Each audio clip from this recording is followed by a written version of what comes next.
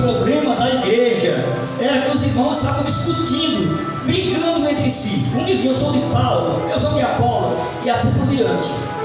Lá era uma briga dos irmãos, um querendo ser superior ao outro. Quando Paulo escreve para essa igreja aqui, ele diz: irmãos, faça a diferença entre uma e outra coisa. Crente maduro não fica discutindo quem é maior ou melhor da igreja.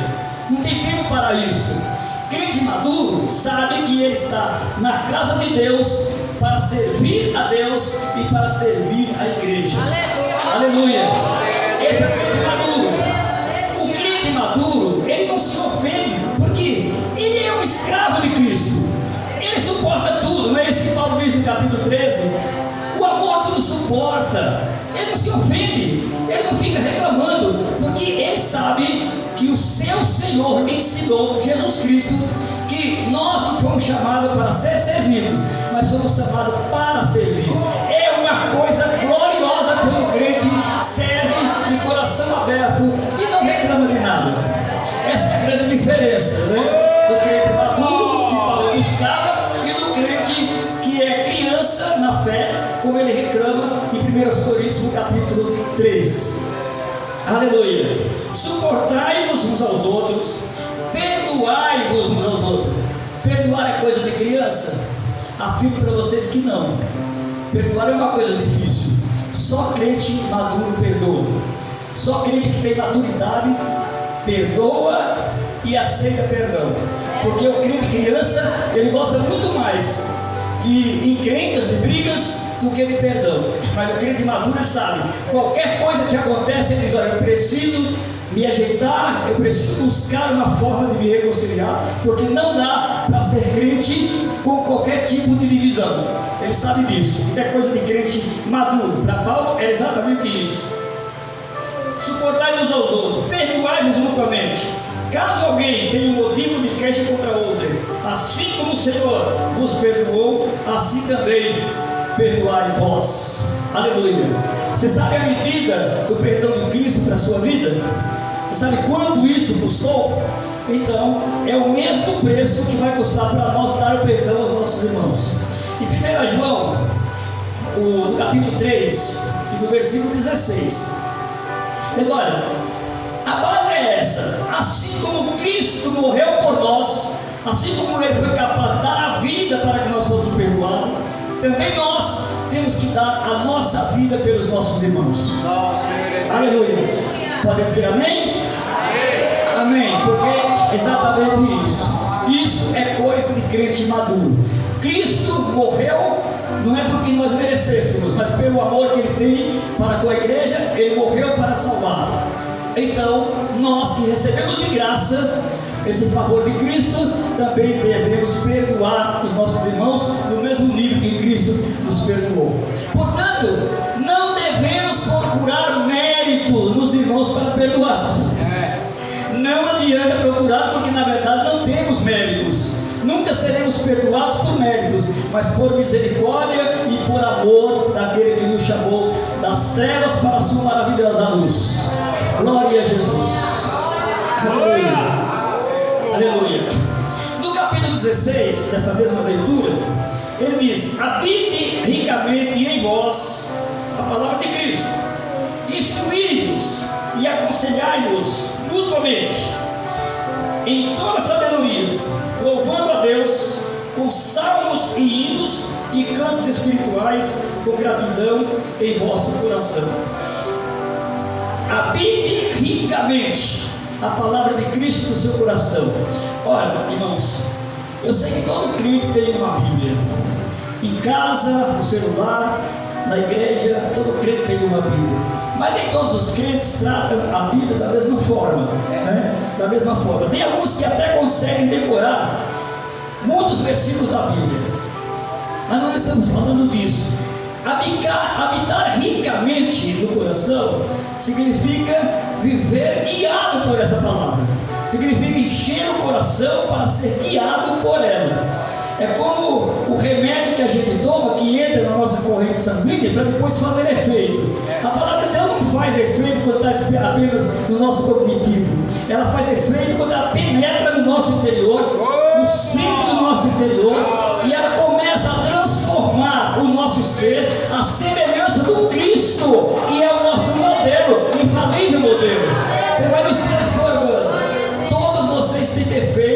ignoro isso, porque eu reconheço os meus defeitos e sei que é duro lidar com eles.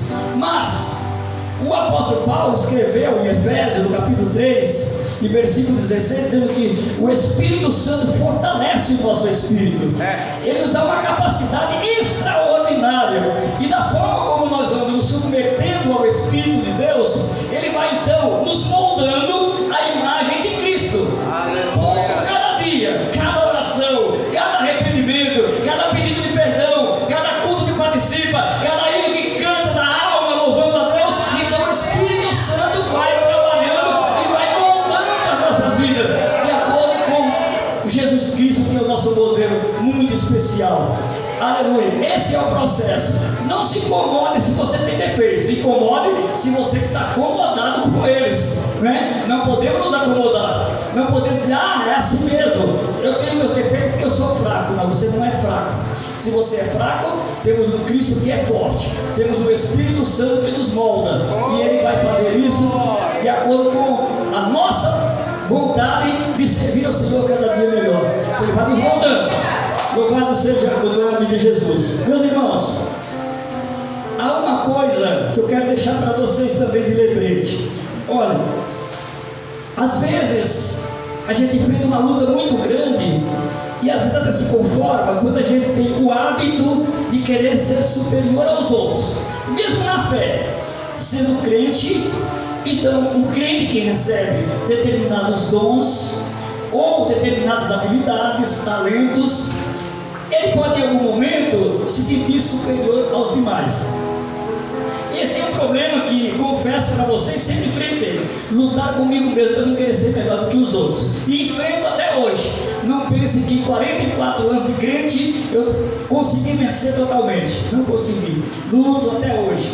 Hábito de em algum momento querer ser superior, mostrar que sou alguma coisa. Pois bem, o Senhor Jesus, Ele disse para os seus discípulos: olha, vou ensinar uma coisa para vocês. Aquele que quiser ser grande, que pensa ser alguma coisa, será o vosso serviçal. Esse será o servo de todos. Agora, aquele que se humilhar, aquele que reconhecer que não é nada e que depende inteiramente de mim, então esse será exaltado. Aleluia. Será que dá para a gente entender isso? O apóstolo Paulo é chamado pelos crentes de um homem poderoso. Coitado do Paulo, de poderoso não tinha nada. Paulo apanhou. Paulo, uma certa vez, foi deixado como morto. Paulo foi preso. 4 cartas que escreveu da prisão. Vivia mais preso do que solto. Um homem desse poderoso? Não. O que era poderoso era o Cristo de Paulo. Cristo na vida de Paulo era poderoso. E ele reconhece isso quando ele diz que eu não sou nada, mas a graça de Deus em mim é tudo. Reconhecer isso é uma virtude para o crente, que nós somos, como Paulo escreveu para Timóteo, vaso de barro e cheio de uma essência especial. Então nós somos um vaso de barro cheio do poder de Deus. Então, o que significa isso? É que quando nós pregamos, quando nós ensinamos, quando nós oramos por pessoas enfermas, não é o nosso nome que deve aparecer, é o nome de Cristo. Às vezes a gente fala, não, isso aqui é o nome de Cristo, mas a gente age como se a gente fosse o dono do poder, como se estivéssemos fazendo alguma coisa. Isso atrapalha a nossa vida espiritual, isso não é maturidade. Mas quando nós nos escondemos atrás da cruz de Cristo, como disse João Batista, é bom que eu diminua e que ele cresça, que o nome do Senhor cresça, que ele apareça, porque ele sim tem mérito para isso. Tá? Essas coisas é que a gente chama de maturidade cristã. É isso que Paulo quis ensinar. Irmãos, saia desse nível de ABC, saia desse nível de rudimento e vá para um nível mais elevado. A igreja de Colosso, ele não reclama de que ele não pode dar comida sólida. Essa igreja, ele dá comida sólida porque ela está preparada para ouvir. Louvado seja o nome de Jesus. E a palavra de Deus, como eu disse, ela deve ser amada de tal forma que ela seja inseparável da gente, em qualquer lugar, em qualquer momento. só ouvir, é comer, é participar, se alimentar dela. Amar no sentido de ler e dizer: Deus está falando comigo, Deus está me orientando. Eu tive a oportunidade de ver irmão dizer: mas que pena que aquele irmão está aqui. Talvez até alguém de vocês esteja pensando: que pena que aquele irmão ou aquela irmã não está aqui para ouvir essa mensagem. Certamente a mensagem não era para ele, nem para ela, para você que está aqui, né, nessa noite. Glória a Jesus.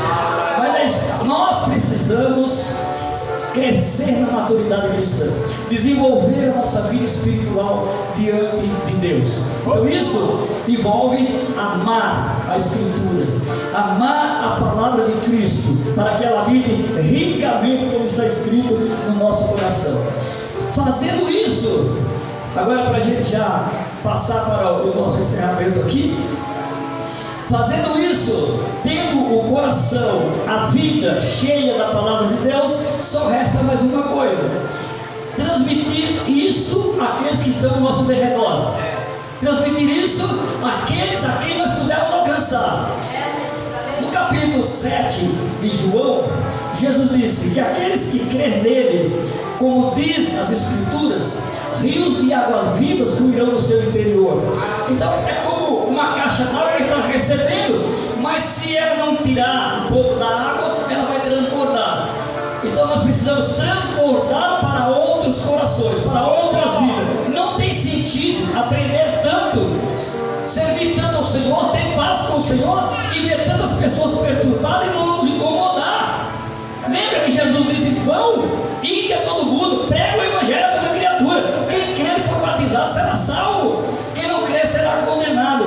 Então essa é uma ordem que é expressa da parte de Cristo, e nós não podemos nos omitir. Muitos crentes dizem: mas eu não sei falar, eu não sei pregar, não tenho o que fazer com os outros. Não é verdade. Nós precisamos nos colocar na presença do Senhor, amando a sua palavra e querendo que ela atinja corações, vidas que está bem na nossa frente muitas vezes.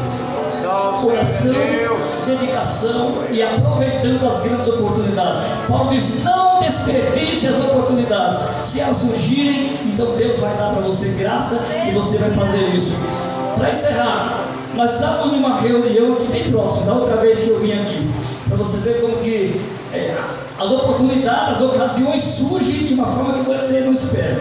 Eu fui na casa de um irmão mesmo de carne, e quando chegamos lá, era aniversário dele, e aí tinha uma festa enorme, uma festa só de pessoas que foram lá para beber, porque o meu irmão também era alcoólatra. Aí uma árvore e muitas motos, carros, bicicletas, cavalos, estava cheio ali. E quando eu cheguei lá, eu e a pastora Celi, então nós ficamos desajeitados, porque essa nossa família aqui, o nosso empenho de vir aqui é para pregar para a nossa família. Então quando nós chegamos ali, não tinha ambiente para pregar, as pessoas não queriam ouvir, as pessoas estavam bêbadas, as pessoas estavam embriagadas, não queriam ouvir. E eu pedi: Senhor, como que eu vou fazer para pregar alguma coisa aqui? Bom, tinha uma mesa enorme, né, de comida, tinha muita comida. E aí quando chamaram para comer, me chamaram na frente, me deram uma oportunidade especial para ser irmão do aniversariante, me chamaram primeiro. E quando me chamaram, eu disse: eu vou então aproveitar essa oportunidade e vou fazer uma oração. Pelo menos eu faço uma oração aqui. E quando eu fui para a mesa, a minha mãe, que estava conosco lá, veio correndo e me chamou: meu filho, tem uma menina ali passando mal. Quando eu cheguei lá, a menina tinha caído no maxilar, tinha descido assim. E eu olhei para minha mãe, parece que ela está tão confiante, e eu faço o quê? Aí chamei a minha esposa e a minha mãe, pegamos aquela menina e fizemos uma oração: Senhor Deus, essa é a oportunidade que o Senhor está nos concedendo, volta o maxilar dessa menina no lugar. Imediatamente a menina engoliu a boca, ficou boa. Aí eu disse: glória a Deus, porque Deus se manifestou, todo mundo pode ver. Imediatamente acabou o prato de comida dela, foi uma bênção. Então Deus dá para a gente as oportunidades, desde que a gente esteja atento e disposto a aproveitar as oportunidades que o Senhor dá. Mas tem crente que se nega. Quando a oportunidade vem para ele, se o irmão fulano estivesse aqui, vou chamar o pastor. Não, se está na sua mão, a oportunidade é sua, aproveite-a. Glória a Jesus, tenha coragem, seja animado, faça a obra de Deus. É uma oportunidade autoridade que Deus está dando para você mostrar o que você aprendeu e o que você realmente tem. Meus irmãos, falando de, eu tenho 5 minutos, falando de evangelizar, olha, quando eu aceitei Jesus, o meu pai e a minha mãe não eram crentes. Eu aceitei primeiro, fui para São Paulo e me converti lá. Então eu tinha o propósito de ganhar o meu pai e a minha mãe para Jesus.